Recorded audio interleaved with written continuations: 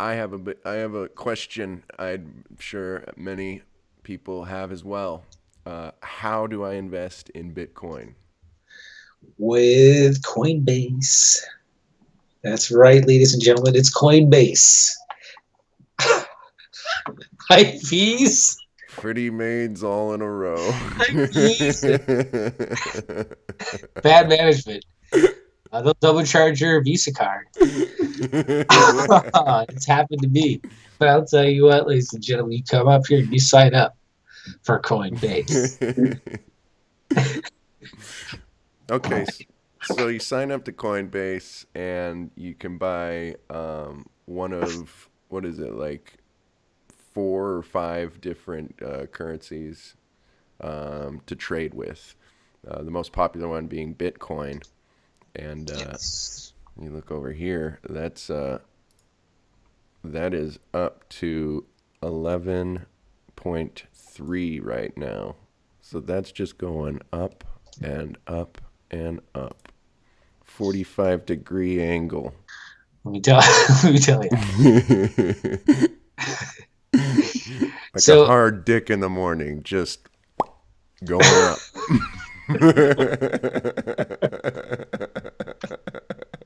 so once you're done at Coinbase, I take my money and shove it into Binance. I jam it into Binance. Just ram it in there. You fuck with some Binance. What's Binance? What is that Binance word? is a cryptocurrency exchange. It's a Chinese exchange. I don't know what that means, but usually people like to label it. So there's like this kind of accepted racism in the crypto sphere, heavily against Chinese people. You'll see once you start getting into it. I don't understand it, but it happens quite often. And that is, but it's a good exchange because it has low trading fees. But again, here you get dinged by Coinbase. Uh, you get dinged by Coinbase by sending the money out of Coinbase. You get dinged by them coming in, and you get dinged coming out. So you got to. You're losing me. Well, what I was saying was, what I was saying was, you get a fee for buying Bitcoin from Coinbase, and then you get a fee for exporting essentially your money out of Coinbase. So you get sending it to the exchange to get other cryptocurrencies. So there's a fee going in and a fee going out. And that's how these exchanges here, I don't know if you call it an exchange, whatever this Coinbase thing is. How It's about a you stop vault. fucking with me? Yes, step one, you sign up to Coinbase. Step two. Step two, you send it to the exchange I send it to Binance. There's plenty of other exchanges. What are Uh, you fucking talking about? What I'm trying to tell you is from Coinbase, you send it to a thing like this called Binance. As you can see here in my From nothing. You sign up, you buy. again, you sign up again. And then what you do is you go to deposit. There's a deposit once you get an account, and then you deposit the coins from Coinbase into the exchange of your choice. This one happens to be Binance. So you could also buy Ethereum at Coinbase. Coinbase is going to expand the amount of cryptocurrencies that you could just purchase straight up. So if you just want Bitcoin, you could just buy it from Coinbase, and you could buy it from Ethereum, or you could buy Ethereum there, and you can also buy Bitcoin Cash and Litecoin. But they're supposedly going to add a bunch of more cryptocurrencies pretty soon, but we'll see about that. Then, but if you do want different stuff like I have a pretty diverse portfolio of altcoins. It's mostly altcoin. I'm really gambling, and I think it's fun. So I basically would exchange the Bitcoin send it to the exchange so I could exchange it for the Bitcoin for other coins. Does that make sense? No. How do I make some money? So here's the exchange. Okay, so right here, I bought salt. So here's salt, right? You could type it in here, SALT. Now, for those of you who are wondering, salt comes from the ocean. Well,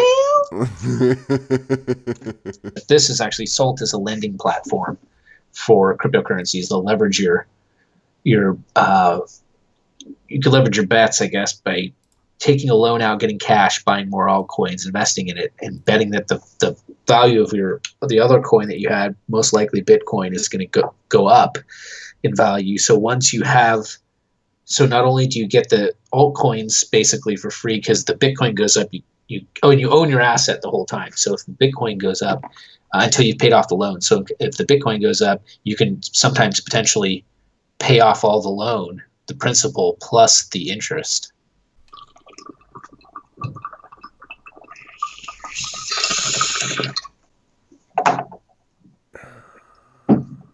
How do you day trade with Bitcoin? On these exchanges, and you have to go to this exchange, AJ. That's what I'm saying. It's like, here's the exchange, this Binance exchange here, and you can see the candlesticks. So here's the bulls going up and the bears going down. And these little things right here at the bottom are called hammers, and the other ones are called something else. Here's the volume down below, and nails. So anyway, you get your coin of choice here. Like I bought gas. I might even buy some gas right here. Right, you buy gas, you buy salt, you buy...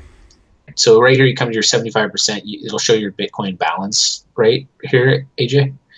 So you have your Bitcoin balance, and then it'll tell you the price of salt, $33.44 per share, or of gas, excuse me. And then however much Bitcoin you have in here, it'll tell you how. You can break it down by percentages, or you can put a amount of gas that you want. I always do gas in holes, so I always go like one, and I think they kind of take a fee, so I usually go 1.02 or something like that, and I think that'll help cover the fee plus a little bit more. And then then from here, now here's the next step. So once you buy it, it goes into your once you have an account, it shows you your ledger of what you've purchased, your what do they call it, balance. So then when you have a certain amount and you're done buying it, because there's a transaction fee to take it out, and Binance is rather steep. There's about $12 or $12.50 around there, I would say, an average price to pull these coins off. So you make sure, you usually try and make sure that Neo is free, gas is free to pull off here. They have some deal worked out with Neo, obviously, to pull it off. Both Chinese companies, they probably know each other or something, I don't know. But and some of the fees vary, but I'd say it's an average of $11.50, $12 to pull off one of these coins that you buy. So just buying one sometimes, unless it's an expensive coin, is not worth pulling off of the exchange. You're really turning me off right now. No, this is fun, man. You gotta go stick through it. Step 1, go to Coinbase. Step 2, buy from Coinbase. Step 3, do whatever the you want with it after that. You throw it to an exchange. You can hang on to it, and maybe, we don't know, sell it at Coinbase. Can you sell it at Coinbase? You can sell it back, I'm sure. Okay. If you were gonna day trade, would you go on Binance to day trade? Yeah, I'd be on Binance, because it's any place you can buy. You come over to the exchange, you buy whatever coins you want, then from there you withdraw them and put them into some kind of wallet.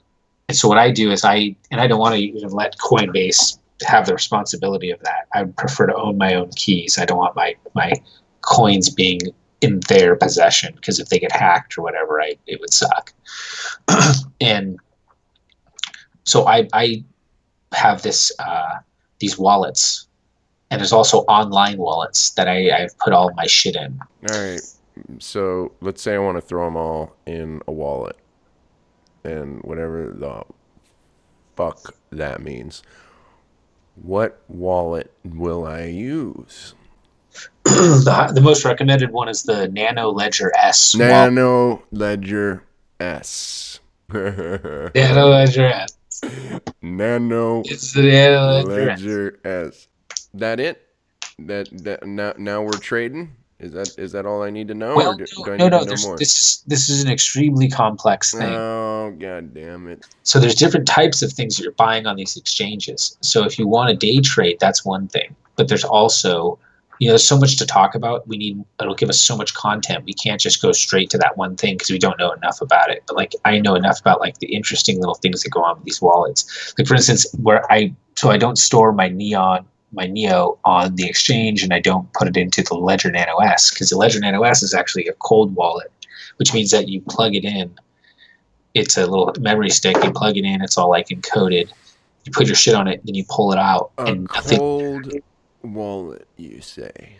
Yeah. So there's cold and hot wallets. Oh, we got two different kinds of wallets. Two different kinds of wallets. Okay, so what's a hot wallet?